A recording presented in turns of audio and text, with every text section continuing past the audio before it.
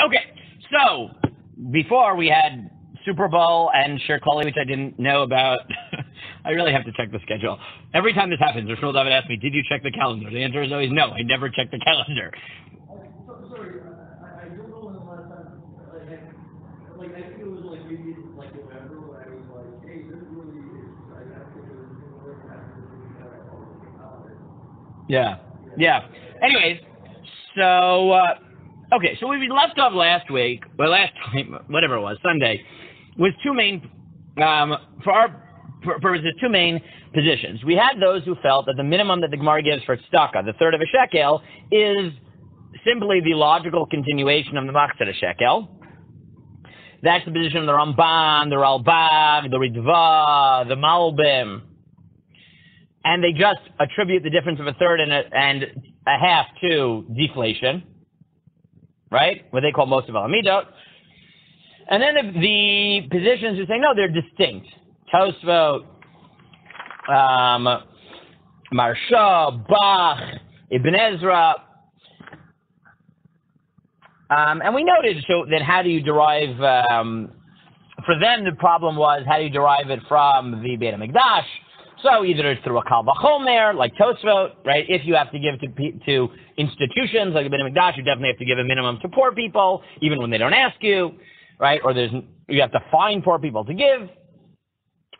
Or Rabbeinu Gershom's conflation, right? It's about giving, tzedakah writ large rather than the normal specifics. And we talked about what this tells you about tzedakah, as we've talked about many times, is about the virtue or the ontological thing of you should be giving, right, or developing a giving personality, in which case maybe it matters less who you give to, or is it about the result, and therefore maybe you can only derive it from a Kal V'chomer, etc.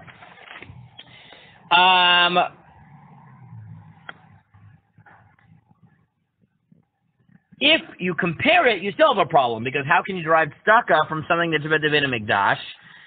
So that makes sense in a consequentialist framework, because I have to give, you have to, right? I have to give to X and I have to give to Y. How can you compare X and Y?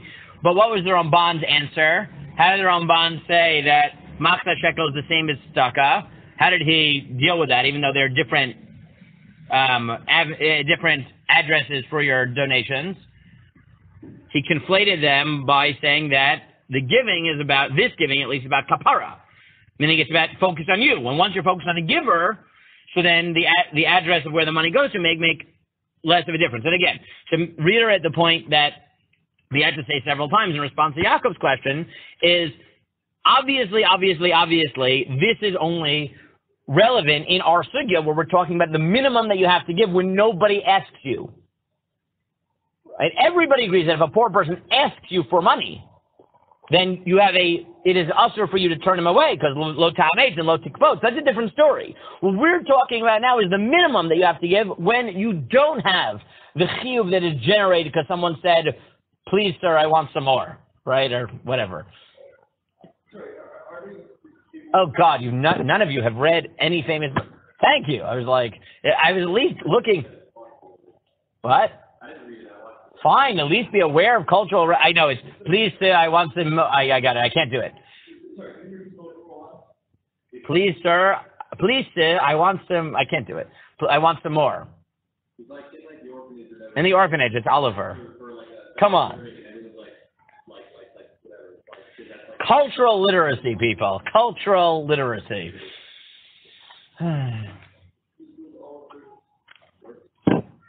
What? Oliver Twist? What? Oliver Twist. Charles Dickens? I think. Anyways.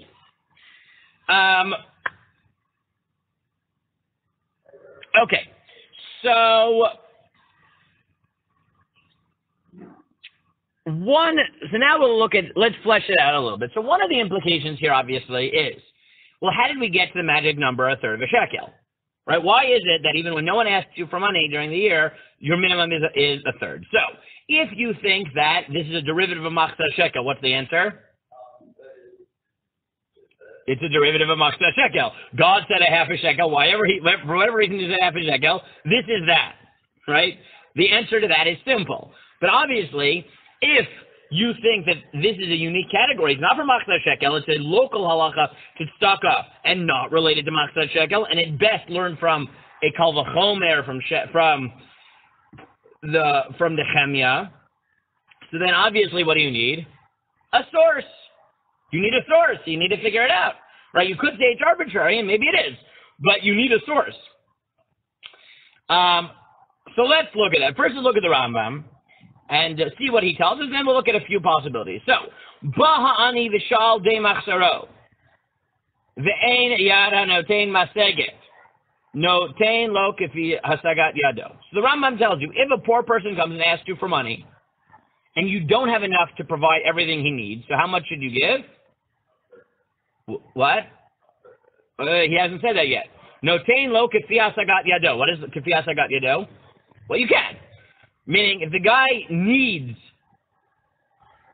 $1,000 for basic survival right now, and you don't have that money, so you give him what you can. If you can give him more, sorry, what does it mean for you to be able to give? So the Rambam clarifies, the best is 20%. Now, as Ezra asked, 20% of what? 20% of your assets, 20% of your income. So the Aruch HaShulchan has this compromise that it's 20% of your assets. Once you give that, then it's 20% of your new income, right? So it's 20%, but that's the maximum, right? There is a machloket, and if you want, we could do this, even though it's really not in our sugya. It's mostly in other places in Shas. There is a machloket whether this 20% bar is even if you're fabulously wealthy, right? Some poskim hold that 20% is for an average person, but if you're Jeff Bezos and you could give 99% of your wealth and still be worth $2 billion, right? It's worth $195 billion or something, right? So more or less, if he gave away 99% of his wealth, he would still have about $2 billion, which I know is very impoverished, and I feel so bad for him. You're like, it's terrible. What is this? Yeah, okay. Whatever. So then you'd say, even he can't give it away, right? No, it's a formal rule. You can't give more than 20%. Others say, no, if you're fabulously wealthy, the reason that Chazal limited it to 20% is because we don't want you to end up poor, and then you need to take money. But if you're so wealthy that giving away more than 20% is no big deal, so then you're allowed to do that. One of the things that I have to remind myself, because I find it to be so impressive, right? I don't have this emunah. I just don't. I'm not this good of a person. I'm just not. But Rav Shechter routinely gives 50% of his money to tzedakah. And someone once asked him, he's like, I think it was Ray Leibowitz that he asked him, how can you do that? The poskim assume that if you're not fabulously wealthy, you really can't give more than 20%, right? And Rav Shechter said, Ma pitom, I'm in Asher Muflag, right? I am fabulously wealthy because I have so much more than I possibly could need. So I can give more than 20%, right? And I heard this once in a shir by Ray Leibowitz where he said, I used to speculate that was probably not true because I didn't work for YU and I didn't know how much they paid. Now I work for YU and I know how much they pay, right? And I would not define myself as an Asher Muflag, but, there are people who have different perspectives on life of what it means to be an Asher Muflag, right? I don't view myself as an Asher Muflag, but, maybe that's probably a chisaron in my emunah. Look, objectively speaking, in most historical periods, right, I would be an Asher Muflag, right? Obviously. What?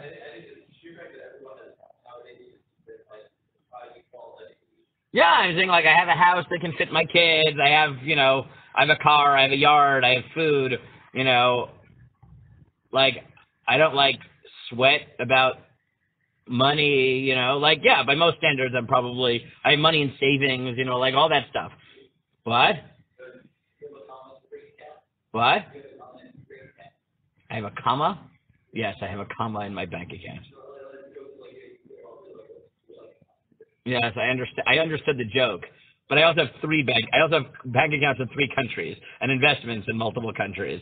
Yes. So yes, by most historical standards, I'm fabulously wealthy. I just still don't have that emunah to like say I should give away half my wealth, right? I also don't think it would be that helpful because whatever. But however you want to calculate a fifth, yes, Ezra. It's definitely a chisaron in my emunah. I'm willing to totally admit it's a chisaron in my emunah. Yeah.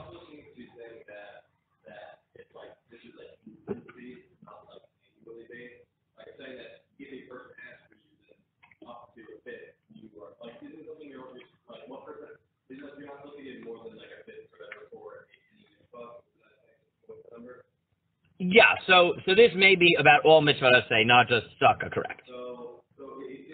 And yes, the mathematics get hard. Well, how do you define it? How do you split up the fifth? Does it mean a fifth for this and a fifth for that? Is it a fifth of liquid, a fifth of all your assets, right? If we were doing that sugya, then we'd have to start figuring out, and the post can try to figure out what does it mean, But remember, this is the maximum. This is the maximum. The maximum you're allowed to, or the maximum where there's like both.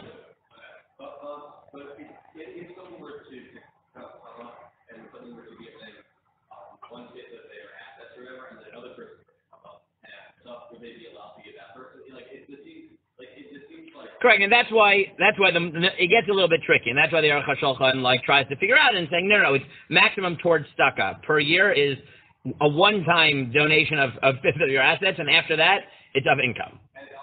I think that's the Aruch HaShulchan that I'm remembering. What? It also seems like if no one ever comes up to you and asks you for money in the entire year beyond the Machatzit or HaShekel, there's nothing wrong with that. Very good. So exactly, Ezra. Right? That's what our sugya is. And what we're focusing on is what Ezra just said, which is not the implication. What our sugya tells you very explicitly is that if no one asks you for tzedakah, then all you have to give is a shlish HaShekel. Now, as I've mentioned before, what about Meiser Ksafim? Aren't you proactively obligated to donate 10% of your assets per year, your income per year? The answer is, according to some poskim, it's Doraisa. According to some poskim, it's Derabanan. The majority position, which is represented by the Bach, is that what we call Meiser is just a minhag. Right? Meiser, which is Doraisa, was Meiser of agriculture. Right? So yes, the assumption I'm working on is like the Bach. That if nobody asks you, so technically speaking, all you have to do is the shlish HaShekel, and that's the obligation that we're focusing on. Right? The fact that you should give money to tzedakah or, broadly speaking, charitable things every year, you should. Right? It is a minhag to give 10%. Right? It's a nice minhag. It's an important minhag. Right? I'm not saying it isn't. And in that sense, I do believe that we're all wealthier than we sometimes think of ourselves. I don't know. Maybe you all think you're wealthy. Maybe all of you are better people than me and just view yourselves as wealthy because you have everything that you need. Right? But I'm very glad of you. I'm not good at this. Right? I will admit. Oh, fine. Yes, yeah. Fine. I get it. And if I got picked up by my parents, I would consider. If you got kicked out of by your parents and no job, I'd think of you as destitute also. Yeah. But I have a limited idea about what I would try to do. Fine. Okay. So at this point, you aren't really thinking about it. That's fine. You're still supported by your parents. That's wonderful. Yeah. Yeah. Look, I mean, part of it is just that the Frum community is so skewed in terms of our socioeconomic. Earlier, I was talking about this. It's so weird. Like, I'm used to the Frum Jewish whatever community in America being like. Yes, it's not as true in Israel, but in America, yeah. It's like you can't have the Jews be like basically upper or middle class. Because we're all the classes. Yeah, I got that. Yes, in Hanami. Right in Hanami.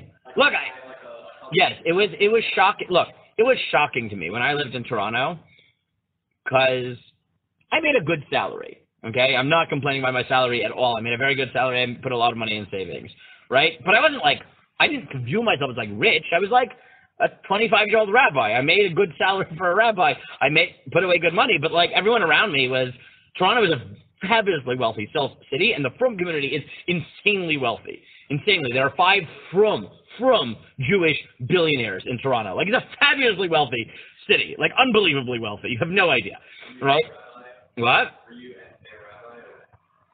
Sometimes I hung out with them. Yeah, I'm saying like that was the point, right? Like they weren't like in my shul, but like yeah, I hung out with so like you're exposed to ridiculous wealth. So you don't feel like you're rich. But I looked up when I was moving, right? I wanted to like figure out, okay, well, how much am I paying in taxes? So I had to figure out what tax bracket I'm in, right? And I was in the top 10%, and Toronto is wealthy compared to the rest of Canada in general, right? But like, I was shocked. I'm like, I'm in the top 10% of earners in Canada. I'm like, wow, our community is skewed. Like, it's ridiculous, but that's the reality, right? But yeah, in Israel, that's not as true, because we're the whole, it's a fabulously wealthy city, so everything is very, different there. It is. I mean, Toronto is not New York, but Toronto is the major city in Canada, so yes, it is less true outside of the major metropolitan areas. Yeah, no, in a Hanami, right, of course. Yeah, I mean, yeah, right. No, 100%. But yeah, like, in that sense, it is weird to me. Like, you do have to put things in perspective, which is, like, objectively speaking, I was arguing with whatever before, but yeah, I mean, and a lot of it is tuition, right? The fact that we are, right, we're like upper middle class and we have more kids than most people in the upper middle class, but take it as a given we should send to private school, right, we've created that situation for ourselves, right, which is why we feel pressed for cash, right, because we support a school system that's insanely expensive, and there's good reasons why we do that. Right, but we do have to think objectively, right, in terms of in a Hanami. We're here, that's one of the big differences, right, is you don't have that. And again, like I send my kids to semi-private school, but still, I mean, what I pay for tuition is a joke, right? It's a joke. Like, I mean, all my kids together, what? What? I know how much tuition is in America and I know it varies wildly from community to community. I'm aware. Here it's much less. Again, I sent to a semi-private school, and the most expensive year that I will be paying for until high school is a bit more expensive, is this year for my son, which is 700 shekel a month, right? And that's only mechina. The average is more like, I think from 1st through 8th grade, I'll be paying more or less like 400 something shekel a month per kid, and I think once you have more kids in the school, that's not even the price, right? Yeah, no, Hanami. Fine. With that aside, the echad me'asar min achazit bein amni. So the average is 10%. Pachot mikan ayin ra. Less than that is stingy. And again, going to Ezra's point, remember, the reason, at least in the Rambam, I'm assuming he doesn't think that meiser is a chiyuv, is because he says that. Right? Giving less than 10% to tzedakah is stingy. It's not usser. It's just stingy. Because the Rambam doesn't assume that giving meiser ksafim is a chiyuv, not midoraisa, not midorabanan. It's just not a nice thing to not be giving charity. You should be giving charity. And then he says, Ule'olam lo yimna atzmo mishlishat shekel b'shana. Never give less than a third of a shekel a year. But then he says something really surprising. V'chol hanotein pachot mizeh lo kiyem mitzvah. If you give less than a third of a shekel per year, you did not fulfill your mitzvah of tzedakah. What's the problem? And what's his proof? And he says, even afilu aniyah mitparnes min tzedakah chayav l'teit tzedakah lacher. And even if you are so destitute that you take money from charity, you still need to scrape together a third of a shekel to give to other people. So the Rambam forces us to ask a few questions, right? So first of all is the question that I wanted to get into, which is, what is the source? Meaning, that's quite a striking statement. Admittedly, it's a reformulation of our Gemara, but it's a striking statement to say that even if you're impoverished, you don't fulfill the mitzvah of tzedakah if you give less than a third of a shekel. So if you're the Ramban, the Ralbag, the Malbim, and you say that the source is Magla shekel, so it's easy. How do you know you don't fulfill the mitzvah? It's a pasuk. But how do we get to this magic number from Ezra, right? Nehemiah, whatever, to be the minimum of tzedakah. Like, where did that come from? That's the minimum. And as it's clear, this is not consequentialist. How do I know it's not consequentialist? Because even someone who's taking more than a third of a shekel from tzedakah has to give a third of a shekel, right? So even someone who takes 1,000 shekel a year for tzedakah has to give a third of a shekel to tzedakah a year. That's not consequentialist, right? From a utilitarian perspective, that's nonsense. It has to be virtue or deontological, right? It has to be that you need to be a giver or you have an objective chiyuv to give, regardless of the consequences. So then you got to ask, well, where does it come from? So Ben Yoyada, that's the Ben Ish Chai. What? So Ben Yoyada is quite struggling, yes. Ben Yoyada is the Perush Haggadah of the Ben Ish Chai, Rav Yosef Chaim of Baghdad, right? Migdolei Poskei Sfarad. So what does he say? He is, Mame is like pulling at straws. He says, Al Shlosha Dvarim HaOlam Omeid Al HaTorah Al Adav Al Gemilut Chasadim. The world stands on three pillars. Ve'heinei Nikrem Lashon Chamim Kol Tzol Mamon V'Adam Nikra Olam Katan. And the world is supported on three legs. People are a mini world. Every person is their world. This is admittedly his Perush Haggadah, so give him some slack. Gamu Omeid Al Shloshka Aniskar Shehem Som Kol Mamon. And therefore, one of the three is chesed. Chesed is, the broader category of tzedakah. So human beings are supported by one of the three legs. So chesed is one of the three legs. And therefore you give a third of a shekel. Ki shekel, because gematria shekel, 430, olem mispar nefesh, is the same gematria as nefesh of the soul who shomer shlishira nefesh. And chesed has to support a third of the gematria of nefesh, which is shekel. That is the Ben Yoyada's argument. Yes. Yes, that's what he quoted. No. He quotes Avod. He says, Avod tells you the world stands on three legs. People are microcosms of the world, and therefore people are supported one-third by chesed. The gematria of nefesh, which is a person, is the same as shekel, so you give a third of your nefesh, right, a third of a shekel, which is gematria nefesh, every year. Now, I'm not asking you to be convinced by it. The point is that what you see from him is that he thinks, this is clearly about tzedakah, not about machzah shekel. It's different. But therefore, to justify a third of a shekel, he is struggling mightily, right? Because it's really, really hard.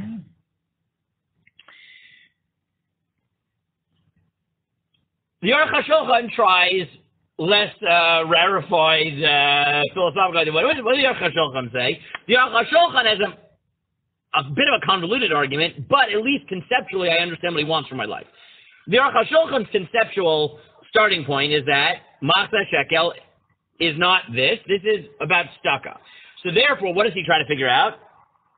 Why would the minimum be a third of a shekel? So what's his answer? How does he get there?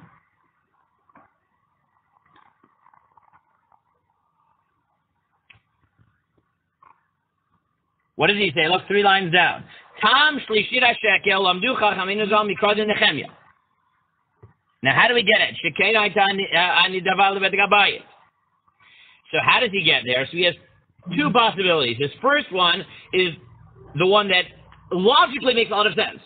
And he said, it's a bit of a stretch in terms of the numbers, but conceptually I know what he wants. What does he say? Okay? A third of a shekel is 256 pruto.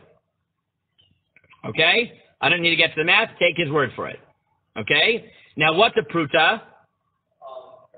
The minimum amount of money that's considered money. Right? And what does he say? The minimum amount of tzedakah you should give is a pruta per day. And he thinks that this is essentially a third of a shekel is basically the restatement of that fundamental insight. That the minimum amount of tzedakah you should give is a pruta a day.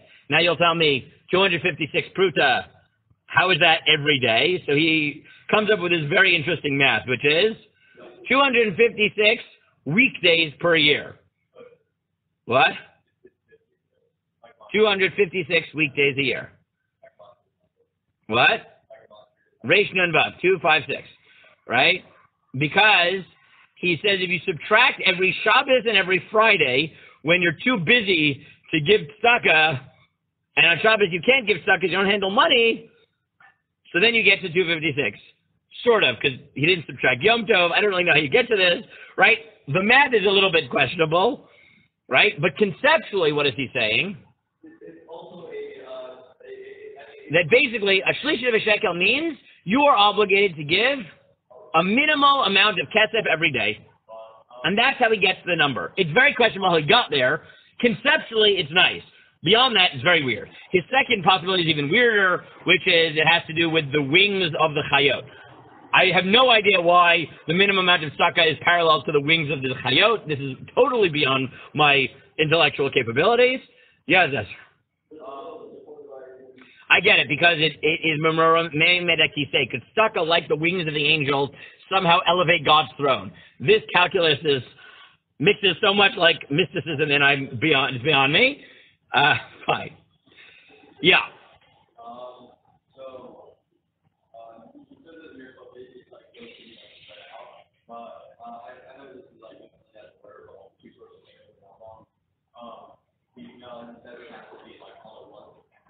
Okay, one second. What? So the Aruch HaShulchan is saying, no, it's not that it has to be spread out. It's equivalent to. Yeah, I don't think you have to give it every day. I don't think. I'm not sure, though. what's the point of him saying oh you can't do it on I don't know. Maybe he does want you to give it. You're right. Maybe he does want you to give it every day. He wants to give you a put on the tzedakah box. Maybe that's what he means. Maybe that's what he means. I'm not sure. Okay, fine. Guys, so I probably should have made this clearer in the sources, but now we're transitioning. Okay? We have now seen that basically the two approaches. Is the third of a shekel a unique mitzvah to tzedakah, or is this basically a derivative of Machatzit HaShekel? But as I've said several times, the question that really lies in the background here is, besides for the textual issue, which is conceptually, what is the nature of Machatzit HaShekel such that you can or cannot derive tzedakah from it? Okay? So, let's now, that's the question I want to focus on now. So, how do you conceptualize the nature of the mitzvah of Machatzit HaShekel, the purpose of Machatzit HaShekel, such that it would logically make sense to be the source for the Shlish HaShekel or tzedakah, or not? So tell me, right, conceptually, how could you understand the mitzvah of the Machatzit HaShekel? Right, growing up, how did you think about the Machatzit HaShekel? It's Parshat Shkalim now. What did your teachers always tell you? Shkalim. Okay, so Ezra says, well, in the Torah, the purpose of the Machatzit HaShekel, one of them was census. Okay, if that was the case, is it a mitzvah forever? No, right? Would we read it every year? No. Why do we read Parshat Shkalim when we do?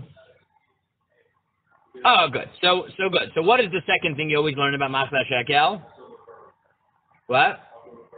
Yeah. So what else did you tell me about Machatzit HaShekel? So what did they teach you? What's its purpose? What's the nature of the mitzvah? Good. They use the proceeds for the Ben HaMikdash.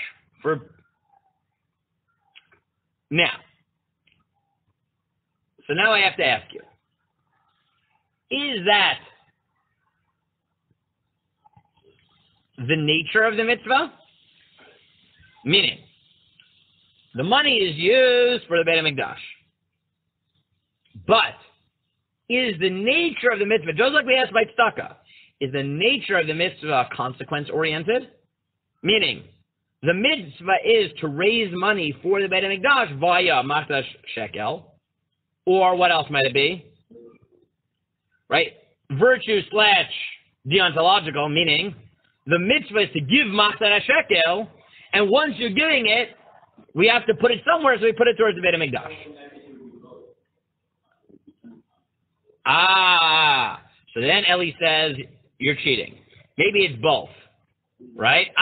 So maybe the answer is no. The mitzvah is to give. Nikudah, so ksipor. It happens to be that they used it then for the Beit HaMikdash, but maybe the mitzvah really is make sure you're giving. Now, which of those allows it? Which of those conceptualizations allows it to be the source for tzedakah, and which of it does not? Good. If the mitzvah is give, because of virtue, because of a deontological mitzvah, just to give, so then you could say that that's why we could carry over to tzedakah, because it's about giving. So sometimes that's a bit of mikdash, sometimes tzedakah, sometimes it's to whatever. The mitzvah is to give a minimum of Machatzit HaShekel every year. And that's why we could derive from one category to the other. But if you think, as Yaakov formulated, is that no, the mitzvah of Machatzit HaShekel is to raise money for the Beit HaMikdash, so then obviously it can't be the source for tzedakah. Now, I already pointed this out. The Ramban, who thinks that Machatzit HaShekel is the source for the Shlishit HaShekel of tzedakah, does he think that Machatzit HaShekel is about the giving or about the result of collecting the money? What does he think? We already saw it. Remember, the Ramban. Which one does he have to think? Again, he thinks that it is the source for tzedakah. So which does he have to think? It's about the giving. Does he say that, or am I guessing?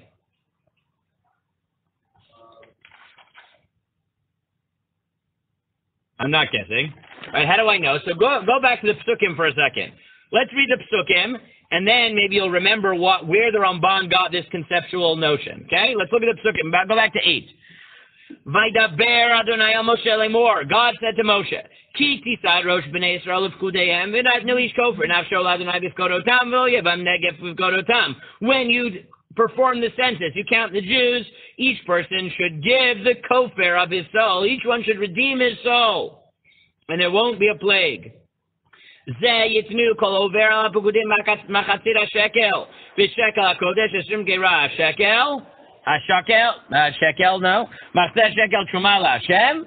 Kol over al pekudim ben Hashem shanav amal yitain Truma Adonai.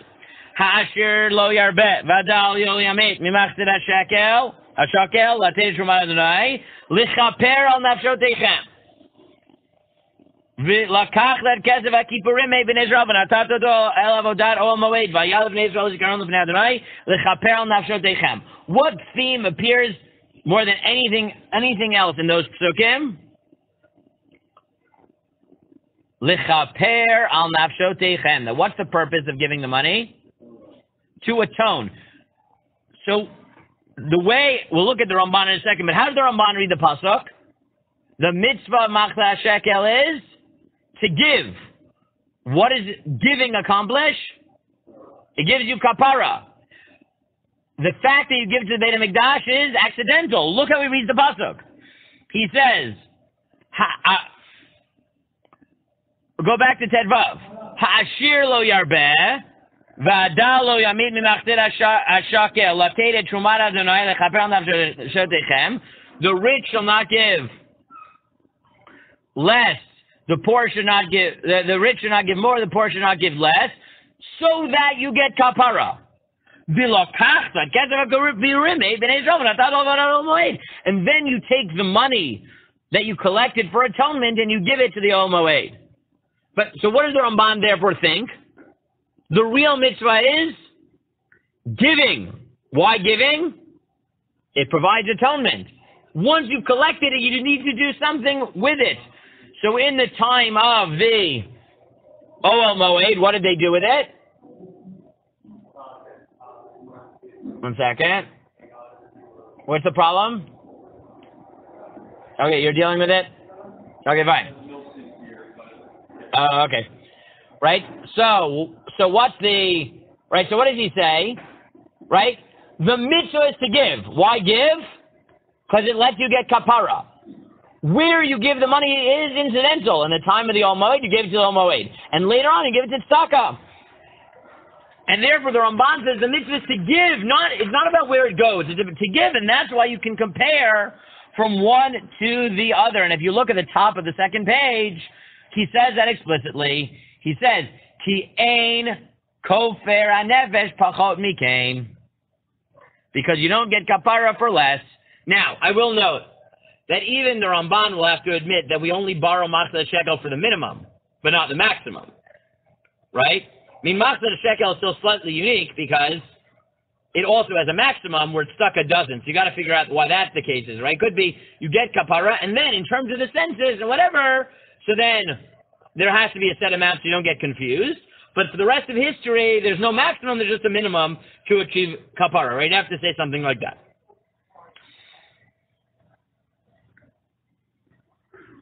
So let's see whether that's one. Thank you, Yaakov. So that's going to be one potential nafkamina, right, or implication or whatever, which is, do you conceptualize this mitzvah as being about the giving or about where it goes to, right, the result or the process? A second nafkamina is going to be, which is very related to this, which is, does the mitzvah of Machatzit HaShekel apply even when there's no Beit HaMikdash? Obviously, those who think that it applies to tzedakah, that tzedakah is a manifestation of this, think the answer is yes. But if you were totally result-oriented and you thought the money was about raising of the Beit HaMikdash, the answer would be no.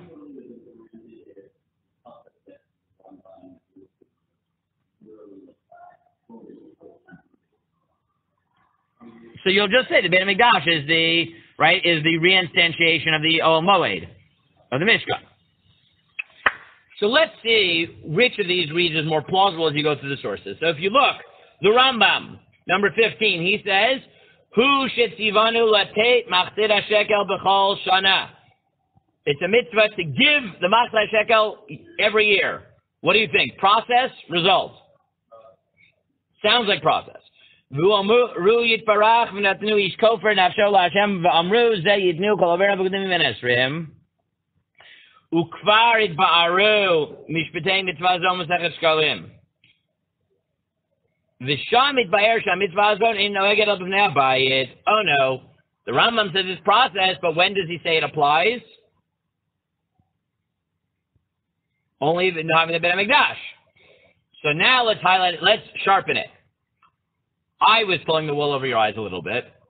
The answer, but you could say, right, you don't have to say, if you think it's process-oriented, you could say that tzedakah is derived from it.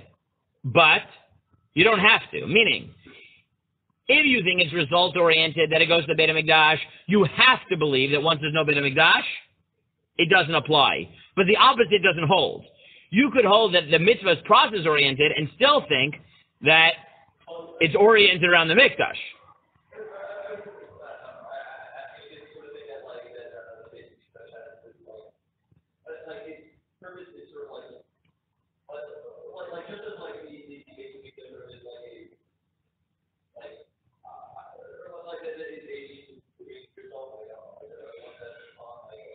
Okay, good. We'll see. And tomorrow what I'm going to do is I'm going to give you a little bit from Rav Asher Weiss, both on the Mehuda mitzvah, and also I want to then talk about Just Shkalim, which is it still a mitzvah nowadays? Is it a mitzvah? Is it a lo saseh? Right? All that stuff, and you know, end sort of the week going into Parshat Shkalim with that, which is Just Shkalim. But so the Rambam on the one hand does seem to hold that it's process-oriented, and yet he holds it about the mikdash. So we got to figure out how to formulate that conceptually, right? Though it's not an impossible position at all. Look at the next halach on the Rambam. Again, mitzvah aseh min haTorah litin kol ish yisrael mimachzet HaShekel b'chol shana v'shana. Afilu ani hamitparnes min hatzedakah chayav. It's a mitzvah to give every year, even the poor person. V'shol me'achirim, even if he has to borrow money, or mocher ksut shal ktefo, or sell the clothes off his back. So, does the Rambam think this is result-oriented or process? Again, it's process, right? But it's distinct. He thinks both the Shlishit HaShekel and the Machatzit HaShekel are both process-oriented, meaning there's a level at which you must be a giver. And that's why you have to give it even though it makes no sense, consequentially, utilitarian, right? It doesn't make sense. Still, but the Rambam does seem to think that it's about process, even though he thinks it's only true in the time of the Mikdash. He's very clear in the next halacha. Hashkalim ein nohagin el b'fnei habayit, ubizman shebein hamikdash kayam, nodim hashkalim ben be'eretz Yisrael ben l'chutz la'aretz. Ubizman shu charev afil be'eretz Yisrael ein nohagin. But the mitzvah applies even when there's a Beit HaMikdash, only when there's a Beit HaMikdash, even in Chutz La'aretz. When there's no Beit HaMikdash, you are not chayav even in Eretz Yisrael.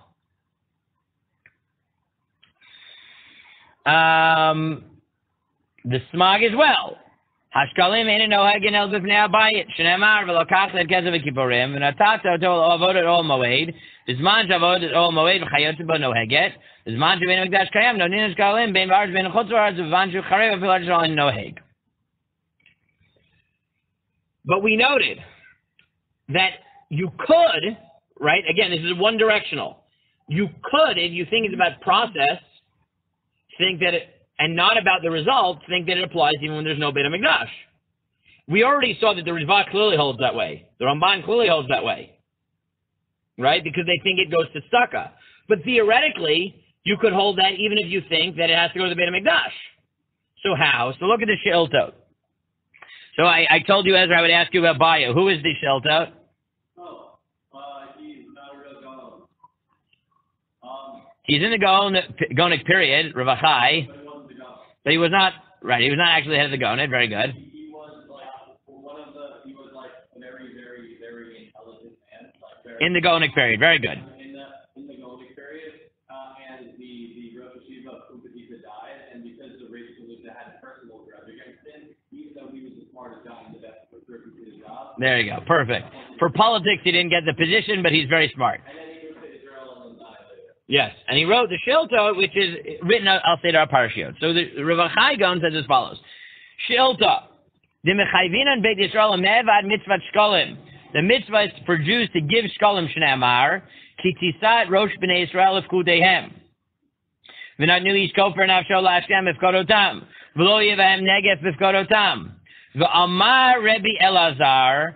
Bisman shaya Beit HaMikdash kayam, Yisrael mevin shkalim lochin ben tmidin shel kol shana kulam b'tkaprin lahem. Originally, we used to give the shkalim, and we would get kapara. Achshav im otzin tzedaka mutav. Now we need tzedaka v'imlav boyin umot ha'olam v'notzin l'dam b'zrawa. Otherwise, the nations of the world will take the money from us. V'aval bichin chashuvin len tzedaka, and he'll still count for tzedaka. And then he tells the story of Rabbi Yochanan Zakkai's nephews who had a dream of how much money he was going to lose, and it got confiscated, etc. And then he says, "Vafilu," 2 lines on the bottom. "Vafilu aniyam mit barnez menatzaka chayav latzaka shekel b'shana tichne ve'amadnu aleinu mitzvat latet shlishit shekel b'shana lavod beit Elokeinu." And now, does he limit it to the time of the Beit HaMikdash? No. Right? He doesn't. You always have to give it. Right? You always have to give the money. And again, this makes sense. If it's result-oriented, it's hard to say this, but if it's process-oriented, you could split it. And you could say it's process-oriented, but there has to be a Beit HaMikdash, there has to be a context. Or you could say, no, it's about giving more generically, and that's why it translates into the mitzvah tzedakah. Okay. Let's say, though, that you think it's about the process because it's about kapara. So then what makes more sense? That it should be, right, not only do you hold this process, but you hold this process because you need kapara every year. If that's the case, so does it make more sense that it should apply only when there's a Beit HaMikdash? Or that it should apply even when there's no Beit HaMikdash? What do you think? What? All the time. So, good. So, what I want to show you is the following. Rashi thinks it is about kapara, but still thinks it's about the result. How? So look at 21. What does Rashi say? That what is the kapara? What? Look at 21. He says, "V'natnu kol echan maksa shekel v'ayin litknot me'en karbanot tzibur shekol shana v'shana v'hushvu b'emanim v'ashiru v'al takshuma nemar lechapel nafshodechem." In what sense is it giving you kapara? Shekarbanot lechapara him ba'im. Because The karbanot give you kapara. So what does Rashi clearly hold? Right, the Ramban derives from the fact that the Torah calls it likapara, that the mitzvah is the process, not the result. You don't give it, but he has a very good answer. Why don't you give it when there's no Beit HaMikdash? Because it's not the giving which is the kapara. It's you give and you use the money for the karbana, and the kapara will give you kapara. If you wanted a formulation as strong as you could, that it's about the result, then you get it from Rashi. Right? The Ramban, on the other hand, says, no, the act of giving is what gives you kapara, not the result, that you have money for the karbanot. I personally think that in Chazal, Ramban is a much better read. Because if you look at 20, in the Yerushalmi, right, the Yerushalmi sounds a lot more like Ramban. The Yerushalmi says as follows, Rabbi Yehuda Rabbi Nechemya, Chad Amar Lefisha Chatu B'Machatzit Hayom Notes in Machatzit HaShekel. The Yerushalmi says, why do you give Machatzit HaShekel? One possibility, because Adam HaRishon sinned at noon. And therefore you give half a shekel to remember that. Or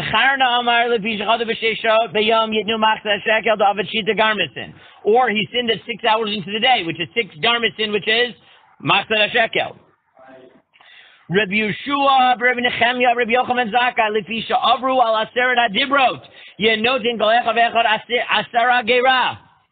He says because we violated the Aseret HaDibrot, we give 10 Geira, and a shekel is a Shrim Geira, a shekel, so Machatzit HaShekel is 10. Reb Bracha, Reb Levi, Reb Shem ben Lakish, Lefisha Machru Bechorot Shel Rachel, Be'esrim Kesef, Yigeh Kol Echad Vechad Potet Beno, Bechoro Be'esrim Kesef. Because we sold Yosef for 20 kesef, so we have to redeem our firstborn sons for Esrim kesef. Now, what does it sound like in the Yerushalmi? Yeah, but what does it think? But is it about the giving or about the result? It's clearly the giving, right? Because think about it. It's talking about pre-mikdash. It's talking about the sin of Adam. It's talking about the sin of, and it's comparing it to other cases where the giving is what is mechaper. We once took money for selling Yosef, so now we redeem our firstborn sons with 20 kesef. It's clear that the fact that it's all one context in the Yerushalmi, what's it telling you? The act of giving is what's mechaber, and that's why we got to figure out why is this how much you give. It's not about the result, like Rashi.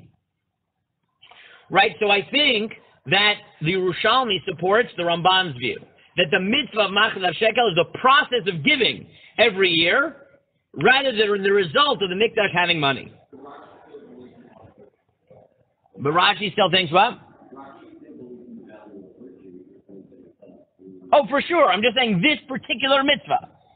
I'm not saying he denies virtue. I'm saying for him, Machatzit HaShekel is a result-oriented mitzvah, and therefore the kapara should be understood in result-oriented terms. You give money, which provides for karbanot, and that gives you kapara, rather than the act of giving is the mitzvah, and that's what gives you kapara. Now, the shita that we still have to understand is the following. According to Ramban, he has a very consistent shita. Why? He thinks the mitzvah Machatzit HaShekel is the giving. That provides kapara. It's less about where the money goes to, and therefore, it turns into tzedakah once there's no Beit HaMikdash.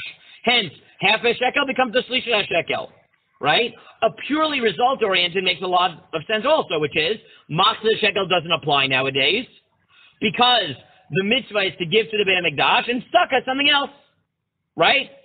The weird shita here, for me, is the Rambam. Because the Rambam, on the one hand, says, the mitzvah is to give, which sounds like it's about process. And yet, the Rambam says that the mitzvah doesn't apply when there's no Beit HaMikdash. But why not? Right? There's a logic to it, but we've got to pinpoint the logic.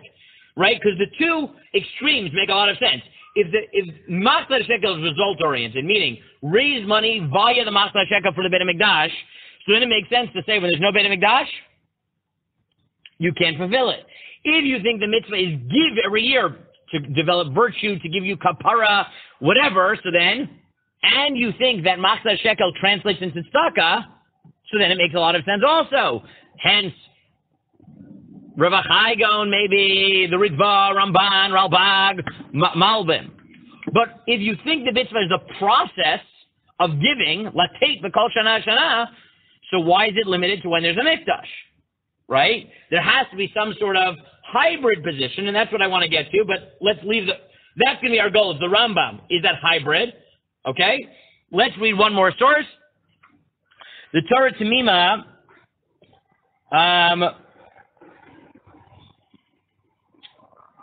notes the following problem. And he says as follows. Give me a good nafkamina between saying that Machatzit HaShekel is a kapara for the Chedai Egel, right? Or not? Very good, the Levium, right? So the Tartamima says one of the implications of if it is kapara, what is kapara for, and really is kapara the purpose, is that question. Because he says, Rabbi Yochanan, who holds everyone with the klal, the ikar mitzvah shkalim, avalari Rabbi Yochanan, shachlomer, the time in Iraq, al shir machta shekel, v'lo ikar achiv mitzvah shkalim. He says, look, you've got to be very careful. I suggested the Yerushalmi is proof that the mitzvah is about kapara and not about the result, right? It's about giving the money. But he says you've got to be careful. Because you could, when the Gemara says, why do you give a machta shekel, it could be asking one of two things. One is, why do you give it at all? And the second is, once you give, why do you give this amount? Rashi clearly holds which? How would Rashi defend himself in this Yerushalmi? What would he say? Right, Yerushalmi seems to be very much about giving, right? But Rashi thinks it's not about giving, it's about the result, right? So how would Rashi defend himself? Very easy. He would say, look, the mitzvah is to get money in the Beit HaMikdash. But then we needed to come up with an arbitrary number, so then we found all these hints, right? But really the mitzvah is to raise money for the Mikdash, and the hints in Yerushalmi aren't telling you what, it's not the act of giving which is a kapara, it's that once you already have to give to the Mikdash, we come up with symbolic numbers.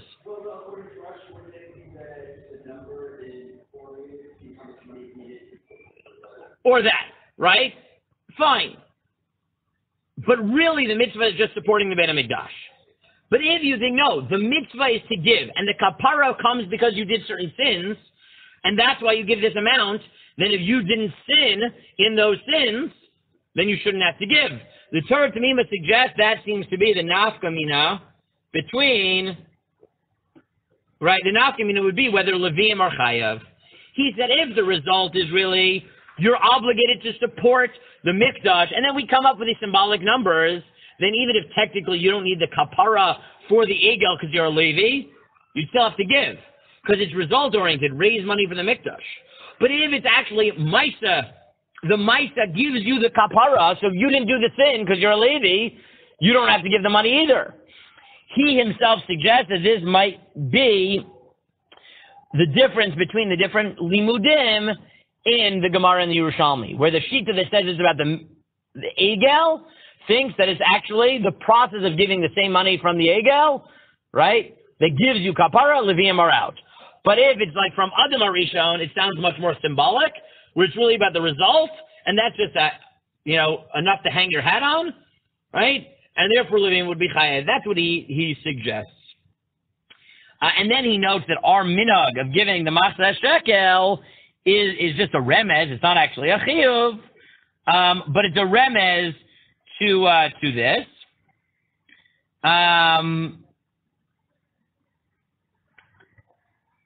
I'm going to leave off his last line about women and children. We'll do that tomorrow. Okay, here's our goal for tomorrow. Our goal for tomorrow is we've sort of laid out the extremes, the result-oriented and the pure process kapara-oriented, right? But we have the Rambam, who holds it's definitely process-oriented. It's the mitzvahs to give. But on the other hand, he thinks it only applies when there's a mikdash, right? There's a logic there. It's not illogical, but we need to tease out what the logic is. So what I'm going to give you tomorrow is one suggestion of what the logic is for the Rambam from Rav Asher Weiss.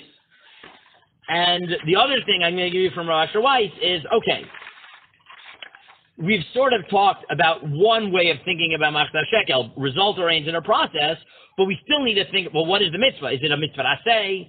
Is it a lo taseh? Because in the psukim, it could go different ways. On the one hand, it says, give the Machatzit HaShekel, but what else does it say? Lo yarbeh, lo yamid, don't give less, don't give more. So we've got to figure out, is it an aseh? Is it a lo taseh? Is it an aseh and a lo taseh? Is it a mitzvah l'dorot or not? Right? That's sort of been oleh from our conversation. Is it an eternal mitzvah or only a mitzvah in the time of Moshe?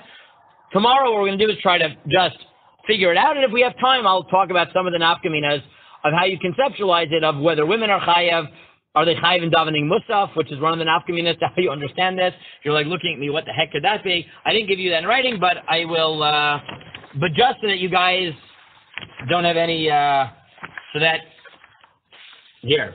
Someone want to be responsible, or you want me to hold on for tomorrow? I printed out Rav Asher, you want me to give it to you tomorrow? You want to hold on, I'll hold on to it? I'll hold on to it for you tomorrow, and that's what we'll do.